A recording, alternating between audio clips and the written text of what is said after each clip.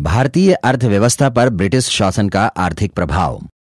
British east India company पूर्वी देशों में व्यापार के उद्देश्य से गठित कंपनी थी। इसका उद्देश्य अपने जन्मकाल से ही आर्थिक हितों का पोषण मात्र था। कंपनी ने भारत में जो भी कार्य किए, चाहे वे अन्य व्यापारिक कंपनियों से संघर्ष हो या भारतीय राजाओं के आपसी झगड़ों में हस्तक्षेप, सबका मूल उद्देश्य आर्थिक था। भारत में अपनी व्यापारिक प्रभुसत्ता की स्थापना तथा शांतिपूर्ण व्यापार हेतु अनुकूल माहौल तैयार करना। अपने आर्थिक उद्देश्यों की पूर्ति के लिए कंपनी ने भारत में राजनीतिक शक्ति प्राप्त करने के प्रयास किए, जिसे सफल बनाने में भारतीय राजनीतिक शक्तियों की आंतरिक फूट तथा अदूरदर्शिता के कारण पूरी सहायता मिली। ईस्ट इंडिया कंपनी और 1857 ईस्वी के बाद ब्रिटिश सरकार ने भी भारतीय अर्थव्यवस्था पर परजीवी प्राणी के रूप में निर्भर रहकर उसका पूर्ण शोषण किया, जिसका परिणाम हमें भारतीय अर्थव्यवस्था के पिछड़ेपन एवं दयनीय दशा के रूप में दिखता है। इस अध्याय में ब्रिटिश शासन के आर्थिक प्रभावों के अध्ययन के लिए अध्याय को निम्न शीर्षकों में विभक्त करके समझेंगे। नंबर 1, 17वीं शताब्दी में भारतीय अर्थव्यवस्था की स्थिति। नंबर 2, उत्तरवर्ती मुगल काल आर्थिक विघटन का दौर। नंबर 3, ब्रिटिश आर्थिक प्रभुत्व की शुरुआत एवं ब्रिटिश उपनिवेशवाद के विभिन्न चरण। नंबर 4, भारतीय नेताओं द्वारा आर्थिक प्रभावों का विश्लेषण एवं धन निकासी का सिद्धांत। नंबर 5, ब्रिटिश आर्थिक नीतियां एवं उनका प्रभाव। अब हम क्रमशः इन बिंदुओं का अध्ययन करें। 17वीं शताब्दी में भारतीय अर्थव्यवस्था की दशा। मुगल काल में भारत में पूर्णतः शांति एवं व्यवस्था कायम रही, जिसका सकारात्मक प्रभाव भारतीय व्यापार, वाणिज्य एवं अर्थव्यवस्था पर भी पड़ा। भारत इस अवधि में विश्व में औद्योगिक माल का सबसे बड़ा उत्पादक था। निर्यात की तुलना में आयात कम होने के कारण व्यापार संतुलन भारत के पक्ष में था। विश्व के सभी प्रमुख देश भारतीय वस्तुओं का आयात करते थे। भारत द्वारा निर्यातित वस्तुओं में सूती एवं रेशमी वस्त्र, नील, मसाले, शक्कर, बहुमूल्य रत्न, औषधियां आदि प्रमुख थे। बंगाल, ढाका, अहमदाबाद एवं मछलीपत्तनम के सूती वस्त्रों, कश्मीर एवं आगरा के गर्म वस्त्रों एवं गलीचों, मुर्शिदाबाद, आगरा एवं लाहौर के रेशमी वस्त्रों तथा दक्षिण भारत के मसालों की विदेशियों में भारी मांग थी। इन वस्तुओं के निर्यात के बदले भारत को विदेशों से बहुमूल्य धातुओं जैसे सोना, चांदी आदि की प्राप्ति होती, जिससे भारत अत्यंत समृद्ध देश के रूप में जाना जाता था। विदेशों में इसे सोने की चिड़िया कहा जाता था। यूरोपीय देशों के अतिरिक्त चीन, इंडोनेशिया, मलेशिया आदि एशियाई देशों तथा अफ्रीकी मुल्कों से भी भारत के आर्थिक संबंध विकसित अवस्था में थे। भारत में आंतरिक व्यापार भी उन्नत अवस्था में था। ग्रामीण अर्थव्यवस्था पूर्णतः आत्मनिर्भर थी। ग्रामीण लोग एक आत्मनिर्भर एवं आत्मशासी समुदाय के रूप में कार्य करते थे। नमक व लोहा प्राप्त करने के अतिरिक्त इनका बाह्य संसार के साथ बहुत कम संपर्क होता था। स्थानीय सरकार भी भूमि कर वसूलने के अतिरिक्त ग्रामीण व्यवस्था में कोई हस्तक्षेप नहीं करती थी। हस्तशिल्प उद्योग भी पर्याप्त रूप से विकसित था, जिससे संपूर्ण जनसंख्या खेती पर निर्भर नहीं थी। ग्रामीण लोगों में वस्तु विनिमय का भी प्रचलन था।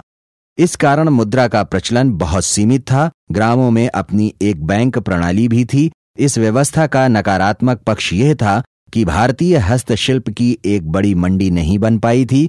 कोई भी व्यक्ति अपने परंपरागत कार्य को छोड़कर नहीं जा सकता था। सभी पर एक प्रकार का सामाजिक नियंत्रण था। इसी कारण अर्थव्यवस्था में एक प्रकार की गतिहीनता और निष्क्रियता की स्थिति भी थी। किसी भी बाह्य चुनौती के अनुरूप अपने को ढालने के लिए आवश्यक लचीलापन व उद्यमशीलता इसमें नहीं थी। उत्तरवर्ती मुगल काल आर्थिक विघटन का दौर। मुगल साम्राज्य के पतन के साथ देश में राजनीतिक अस्थिरता का वातावरण व्याप्त हो गया।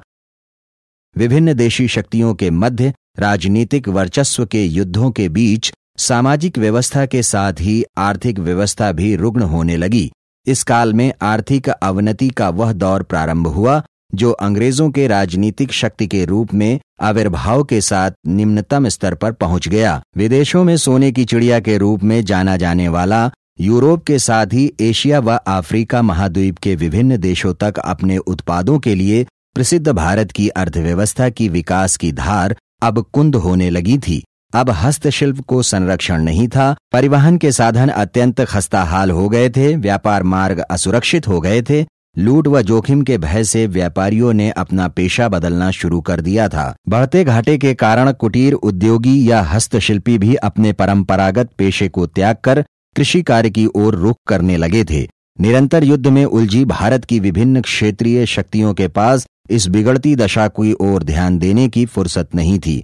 उत्तरवर्ती मुगल शासकों ने यूरोपीय व्यापारियों को उदार रियायतें भी दी, जिससे स्वदेशी व्यापारियों व घरेलू उद्योगों के हितों पर प्रतिकूल प्रभाव पड़ा।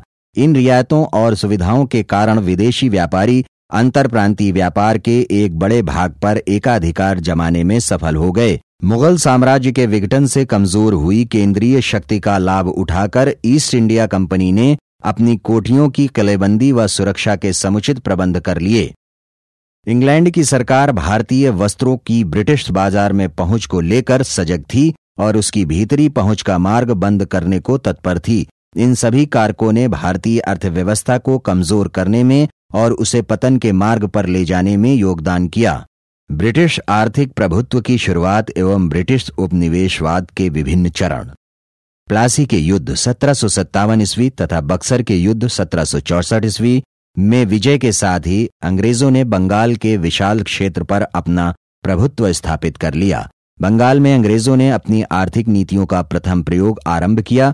बंगाल विजय के फलस्वरूप बंगाल के आंतरिक और अंतर्देशीय व्यापार पर अंग्रेजों का नियंत्रण कड़ा हो गया। कंपनी ने अपनी सारी नीतियां ब्रिटिश व्यापारियों के हितों के अनुरूप बनाईं। इसी कारण 1757 ईस्वी से 1772 ईस्वी तक के काल को औपनिवेशिक लूट का काल कहा गया। कंपनी द्वारा व्यापार में ब्रिटिश व्यापारियों का वर्चस्व स्थापित करने के लिए निम्नलिखित प्रयास किए गए। नंबर 1, 1765 ईस्वी में लॉर्ड क्लाइव ने एक व्यापार समिति का गठन किया और समिति के सदस्य व्यापारियों को नमक, तंबाकू तथा सुपारी के व्यापार पर एकाधिकार दे दिया। नंबर 2, 1768 ईस्वी में नमक निर्माण पर भारतीयों के एकाधिकार को समाप्त कर ब्रिटिश व्यापारियों को भी नमक निर्माण की अनुमति दे दी गई। इसके बदले कंपनी को 30% का शुल्क ही देना होता था। नंबर 3, 1780 ईस्वी में वॉरेन हेस्टिंग्स ने नमक निर्माण का एकाधिकार कंपनी को दे दिया। नंबर 4, 1769 ईस्वी में कंपनी के निदेशक मंडल ने रेशम उत्पादन में भारतीयों की भागीदारी पूर्णतः समाप्त करने के लिए एक आदेश जारी किया, जिसमें कहा गया कि बंगाल में कच्चे रेशम के उत्पादन को प्रोत्साहित तथा रेशमी वस्त्रों के उत्पादन को हतोत्साहित किया जाए। रेशम के बुनकरों पर शासन द्वारा जुर्माना लगाकर घरों में वस्त्रोत्पादन को प्रतिबंधित किया जाए तथा बुनकरों को ब्रिटिश फैक्ट्रियों में काम करने पर बाध्य किया जाए। नंबर 5, नील के निर्यात एवं अफीम की खेती पर भी अंग्रेजों को एकाधिकार दे दिए गए। नील उत्पादक भारतीयों का खुले तौर पर अमानवीय शोषण करते रहे। नंबर 6, शोरा जो बारूद बनाने का एक प्रमुख मसाला था और जिसकी यूरोप में भारी मांग थी, के व्यापार से भी भारतीयों को योजनाबद्ध तरीके से बहिष्कृत किया गया। नंबर 7, 1700 ईस्वी में ब्रिटिश संसद ने एक अधिनियम पारित किया और भारतीय रेशमी वस्त्र व भारतीय छपाई वाले वस्त्रों के ब्रिटेन में उपयोग पर प्रतिबंध लगा दिए। 1720 ईस्वी में इंग्लैंड के अलावा भारतीयों द्वारा किसी अन्य देश में रंगे या छपे वस्त्रों के उपयोग पर प्रतिबंध लगा दिया गया था।